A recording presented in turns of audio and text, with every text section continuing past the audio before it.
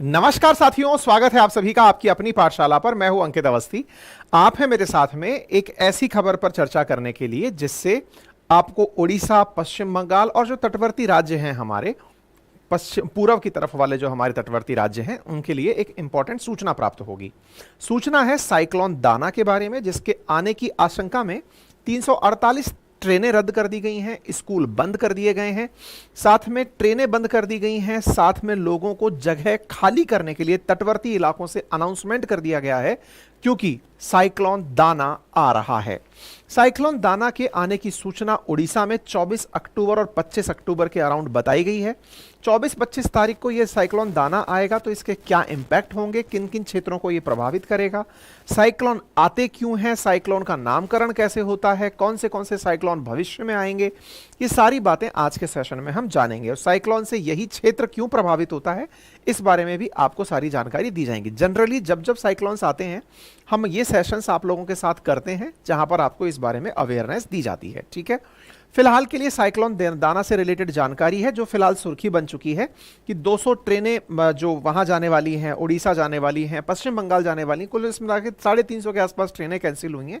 10 लाख से ज़्यादा लोगों को वहां से हटा दिया गया और एनडीआरएफ की टीम और जो उड़ीसा की डिजास्टर रिलीफ टीम है ये सब अपने अपने फील्ड में जा चुकी हैं। लोग पूरी तरह से चाक चौबंद होकर तैयार हो चुके हैं। आईएमडी ने कहा है कि हवाएं 100 से लेकर 120 किलोमीटर प्रति घंटे की रफ्तार से चलने वाली हैं। 25 तारीख की सुबह उड़ीसा के और पश्चिम बंगाल के तटों पर लैंडफॉल होगा। लैंडफॉल का मतलब जो तूफान है या साइक्लोन है वो आकर के टकराएगा। ठीक है, जिसके चलते 2 से 3 दिन तक भारी बारिश होगी, जिसके चलते तटीय इलाकों में तबाही मच सकती है। मौसम विभाग के अनुसार जो मछुआरे हैं वो मछुआरे फिलहाल के लिए मछली पकड़ने के लिए समुद्री इलाकों में ना जाएं क्योंकि भविष्य में यहां पर बहुत तेज बारिश होने वाली है। किस जगह की बात हो रही है, कहां से उठ रहा है, क्या सारी बातें, मैं एक एक करके सारी बातें बताता हूं। देखो, फिलहाल चर्चा है बंगाल की खाड़ी की। बंगाल की खाड़ी के तटवर्ती इलाकों में लगे हुए हैं वेस्ट बंगाल, उड़ीसा, आंध्र प्रदेश, तमिलनाडु। ये क्षेत्र बंगाल की खाड़ी में अंडमान निकोबार को देखता हुआ दिख रहा है। अंडमान निकोबार आइलैंड से बना हुआ हमारा एक आइलैंड ही यूटी है। इस यूनियन टेरिटरी के अराउंड ही साइक्लोन का निर्माण हुआ है और यही साइक्लोन अब इस तरफ घूमते हुए आगे पहुंच रहा है कुछ इस अंदाज में। 21 अक्टूबर को साइक्लोन यहां पर बना, बंगाल की खाड़ी से होते हुए 22 अक्टूबर से होते हुए 24 अक्टूबर को पुरी के पास पहुंचने वाला है। अच्छा, अगर आप इस साइक्लोन को घूमता हुआ देखें तो आप ये समझ पाएंगे कि ये बन आइलैंड्स के ऊपर रहा है और यहां से होते हुए डेट वाइज डेट आगे की तरफ बढ़ रहा है। आईएमडी यानी कि इंडिया मेट्रोलॉजिकल डिपार्टमेंट ने इसकी गति को अनुमानित करते हुए ही यह सूचना दी है कि यह किस दिन लैंडफॉल करेगा, यानी कि दाना किस दिन वेस्ट बंगाल और उड़ीसा में टकराएगा। तो उड़ीसा में टकराने की जो टेंटेटिव डेट है वो 24 अक्टूबर से 25 अक्टूबर के मध्य में है। साथ ही साथ तटवर्ती इलाके जहां जहां पर इसकी वजह से बारिश हो सकती है वो भारत के ईस्टर्न कोस्ट पर बसे हुए राज्य हैं जहां पर इसकी वजह से बारिश हो सकती है। सवाल है साइक्लोन आफ्टर ऑल बनते क्यों हैं? तो इसके पीछे का बड़ा कारण है कि यहां पर हवा का उस क्षेत्र पर गर्म होकर उठ जाना जहां पर आइलैंड्स हैं वहां पर साइक्लोन बनते हैं। इसको थोड़ा आसान कर देते हैं। जमीन पर जो हवा होती है ये जल्दी गर्म होकर ऊपर उठ जाती है, पानी थोड़ा रिलेटिवली धीरे गर्म होता है। चूंकि आइलैंड्स हैं अंडमान निकोबार, तो आइलैंड्स में जो जमीन है वो सूरज के तापमान से गर्म होकर के हवा को ऊपर उठा देती है। चारों तरफ का जो समुद्र है उसका पानी इतना जल्दी गर्म नहीं होता, तो उसके ऊपर की जो हवा है वो भी इतना जल्दी गर्म नहीं होती। ऐसे में जमीन से जो हवा गर्म होकर ऊपर उठ गई है उस उठी हुई हवा का स्थान लेने के लिए पानी के ऊपर की जो हवा है वो दौड़ने लगती है।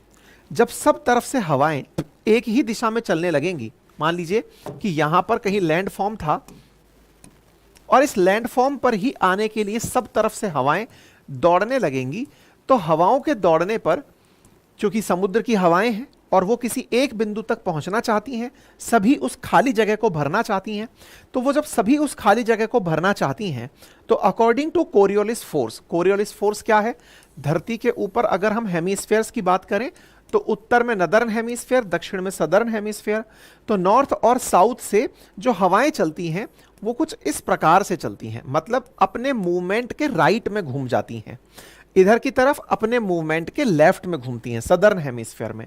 तो चूंकि हम नदर्न हेमिस्फीयर में हैं तो राइट हैंड साइड में हवाएं मूव होंगी, तो कुछ इस प्रकार से हवाएं केंद्र की तरफ आते आते मूव होना शुरू हो जाती हैं। और इनके मूव होने से एंटी क्लॉकवाइज बोले तो इस क्रम में हवाएं एक दूसरे के चारों तरफ चक्कर काटने लगती हैं। और ये जो anti clockwise movement of air यहां हो रहा है, ये चारों तरफ यहां पर एक आई वॉल बना लेता है। मतलब पानी जो है वो हवा पानी के ऊपर जब तेज तेज घूमने लगती है तो जमीन पर जैसे आपने भभूलिया बनते हुए देखा होगा, ऐसे पानी के ऊपर तेज हवा चलने से वहां का पानी ऊपर अपलिफ्ट होने लगता है और पानी लिफ्ट होते होते बादल बना लेता है और बनकर के यही पानी हवा को बीच में आने का स्थान पाकर मूवमेंट करने लगता है। और जब ये मूवमेंट करने लगता है तो इस तरह की पिक्चर्स निकल कर आती हैं। मतलब ये मूवमेंट गोल गोल होता हुआ पानी के साथ घूमता जाता है। चूंकि आई वॉल में चारों तरफ पानी भरा हुआ है, ऊपर बादल बने हुए हैं और ये एक दिशा पकड़ चुके हैं, चूंकि जमीन पर जाकर ही ये मरेंगे, क्योंकि मरने का मतलब है तूफान का मरना, मतलब साइक्लोन जो है वो जमीन पर टच होकर के ही मरता है, यानी कि इसको लैंडफॉल कहते हैं, खत्म हो गया। तो इसको बनाने के बाद यहां तक पहुंचना इसकी अंतिम डेस्टिनी है। तो डेस्टिनी तक पहुंचने से पूर्व ये पानी खूब सारा भरकर पहुंचता है और वही पानी इन तटवर्ती क्षेत्रों में गिराता है। वो पानी गिरता है तो यहां पर पानी के कारण ही सारी दिक्कतें उत्पन्न होती हैं। बहुत सारी यातायात की दिक्कतें, सड़कें खराब हो जाना, रेल की पटरियों का पानी में डूब जाना, बहुत से लोगों के घरों में पानी भर जाना, हवा के तेज बहाव के चलते घरों का टूट जाना, इलेक्ट्रिसिटी पोल्स का टूट जाना, कम्युनिकेशन का चला जाना, लाइट्स का ना आना, लोगों को खाने पीने और संचार की तमाम मुसीबतों का सामना करना, ये सारी चीजें देखी जाती हैं, है ना। तो इसलिए ये सारी मुसीबतों का कारण बनता है जो फिलहाल आते हुए यहां पर दिख रहा है। ठीक है, तो ऐसे में तेज बारिश की संभावनाओं के चलते सारी तैयारियां अब चल रही हैं। चूंकि तूफान है, हर क्षेत्र में अपने अपने तूफानों के नामकरण हैं। अगर कैरेबियन सी की बात करें तो इन्हीं तूफानों को हैरिकेन कहा जाता है। चाइना सी में टाइफून, जैसे अपन साइक्लोन बोलते हैं ऐसे। और अपन ने नाम रख रखा है दाना, तो दाना कैसे नाम पड़ा उसके पीछे की भी कहानी है, वो भी बताऊंगा। तो पूरे वर्ल्ड में साइक्लोन्स के अपने अपने नाम है। जैसे इंडियन ओशियन में साइक्लोन जिन चीजों को कहा जाता है, ऐसे ही पैसिफिक, ये जो कैरेबियन सीज हैं, इनमें इन्हें हरिकेन कहा जाता है। वेस्टर्न पैसिफिक में टाइफून कहा जाता है, तो फिर न्यूजीलैंड के आसपास इन्हें विली विली कहा जाता है। अच्छा, अब सवाल आया इसका नाम दाना कैसे पड़ा। तो दाना नाम कैसे पड़ा, इसके पीछे की कहानी है संयुक्त राष्ट्र के द्वारा बनाया गया पैनल। असल में संयुक्त राष्ट्र ने हमारे इस पर्टिकुलर क्षेत्र में, जो कि नॉर्थ हिंद महासागर में पड़ता है, यहां पे 13 देशों का एक समूह बनाया। उस समूह में Bharat, Pakistan, Oman, Sri Lanka, Bangladesh, Myanmar, Maldives, Thailand, Iran, Qatar, Saudi, संयुक्त अरब अमीरात, यमन को शामिल किया और कहा कि आप अपने क्षेत्र में, क्योंकि तूफान यहां आएगा तो सभी लोगों के पास एक जैसी सूचना हो, तो आप अपने क्षेत्र में अपने हिसाब से नाम रख लीजिए, सो दैट सबके लिए कॉमन हो। तो बोले हम कैसे डिसाइड करें, तो एक समूह बनाया जिसका नाम रखा economic and social commission for Asia and Pacific, escape. इस एस्केप के अंदर 13 देशों ने अपने 13 नाम दिए। इस प्रकार से कुल 160 नाम दिए गए, 169 नाम दिए गए कि भविष्य में इसी के अंतर में हम लोग नाम सेलेक्ट करेंगे। तो फिर किसका नाम पहले रखा जाएगा, भारत का सजेशन माना जाएगा कि बांग्लादेश का माना जाएगा, किसका सजेशन माना जाएगा। तो सारे देशों के नाम अल्फाबेटिकली रखे गए, अल्फाबेटिकली ऊपर से उठा करके, भाई पहले बांग्लादेश, फिर मालदीव, म्यांमार, थाईलैंड, इस तरह से सारे नाम रखे, अल्फाबेटिकली रखे गए। और फिर लिस्ट बना ली कि हाँ भाई तुम्हारे सबके नाम रख दिए हैं, सबके इसी क्रोनोलॉजी में नाम आते जाएंगे। उदाहरण के लिए आप इधर देखिए, यहां पर आपको यह दिख रहा है लिस्ट 1। तो ये सारे 13 देश हैं, Bangladesh, India, Iran, Maldives, Myanmar, Oman, Pakistan, Qatar, ये सारे नाम दिखे।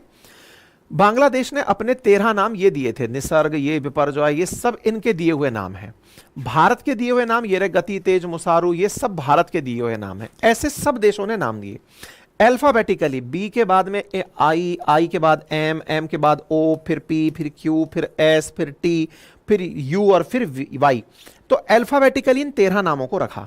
इन 13 से 169 नामों की एक लिस्ट बनकर आ गई। इनमें से ये पूरी लिस्ट अब तक पूरी हो चुकी है, इससे ऊपर की लिस्ट भी यहां तक पूरी हो चुकी है। ऐसा ना करके जो नाम दिख रहा है, ये पाकिस्तान का दिया हुआ नाम है। सितंबर में ये तूफान आ भी चुका है। अब ये नाम आया दाना। ये दाना नाम कतर ने दिया है। कतर का दिया हुआ ये दाना वाला जो नाम है, यही वाला नाम आप यूज कर रहे हैं। इसका मतलब क्या हम इस लिस्ट को देखकर बता सकते हैं कि अगला तूफान कौन सा आएगा? जी हां, फेंगल नाम से तूफान है जो नेक्स्ट आने वाला है। ठीक है, फेंगल के बाद में शक्ति नाम का तूफान है, फिर मोन्था नाम का तूफान है। इसी क्रोनोलॉजी में तूफान आएंगे। तो उम्मीद है कि अब आपको तूफानों का नामकरण फिर इस क्रम में आएंगे, फिर ऐसे आएंगे, फिर ऐसे ऐसे करके सारे 13-13 की लिस्ट में नाम आते जाएंगे। ठीक है, अच्छा अब तैयारियां जान लेते हैं। चूंकि उड़ीसा में जगन्नाथपुरी है, काफी बड़ा टूरिस्ट स्पॉट है, बहुत से लोग यहां पर टूरिज्म के लिए जाते हैं, तो ऐसे में टूरिस्ट की सुरक्षा रखना उड़ीसा सरकार की बड़ी जिम्मेदारियों में है। ऐसे में 3000 से ज्यादा पर्यटकों को उनके सुरक्षित घरों पर भेज दिया है। होटलों से कह दिया है कि भैया 4 दिन तक आप लोग बुकिंग मत लीजिए। 14 जिलों के अंदर सभी स्कूल और कॉलेजेस की छुट्टी 25 तारीख तक कर दी गई है।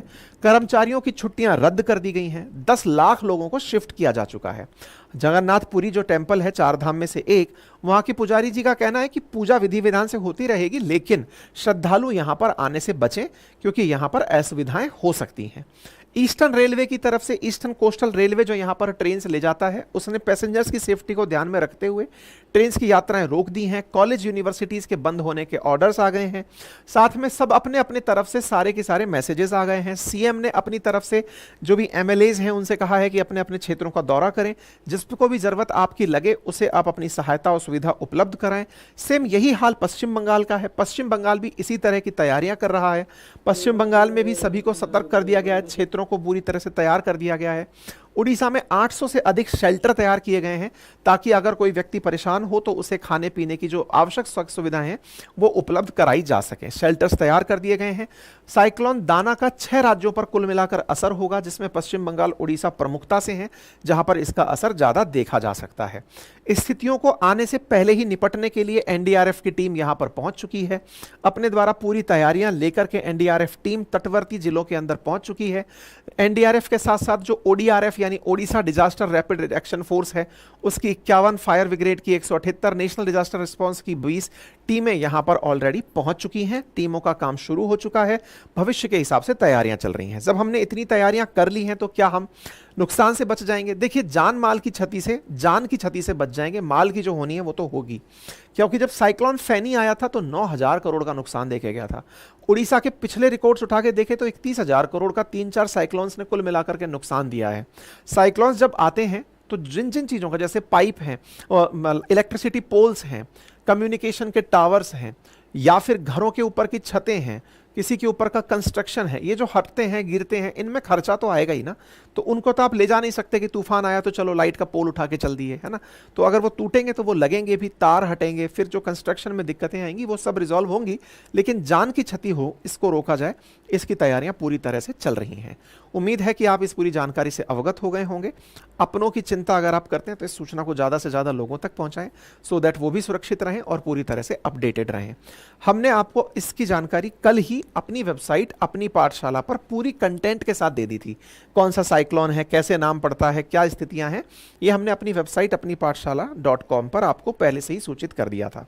बाकी एक अन्य चैनल जिस पर परसों पहला वीडियो आ रहा है, उसका नाम है अंकित अवस्थी। आप जाकर उसे सब्सक्राइब कर सकते हैं, उसका लिंक कमेंट बॉक्स में दिया है।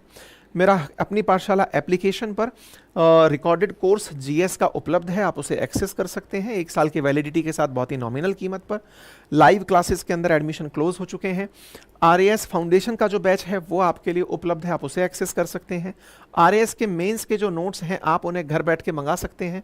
आरएएस के जो कंप्लीट नोट्स हैं, साथ में हैंड रिटन जो नोट्स हैं हमारे, वो बहुत ही नॉमिनल कीमत पर आप अपने घर बैठे हुए मंगा सकते हैं। फिलहाल के लिए इतना ही। अपना ख्याल रखें। बहुत बहुत धन्यवाद।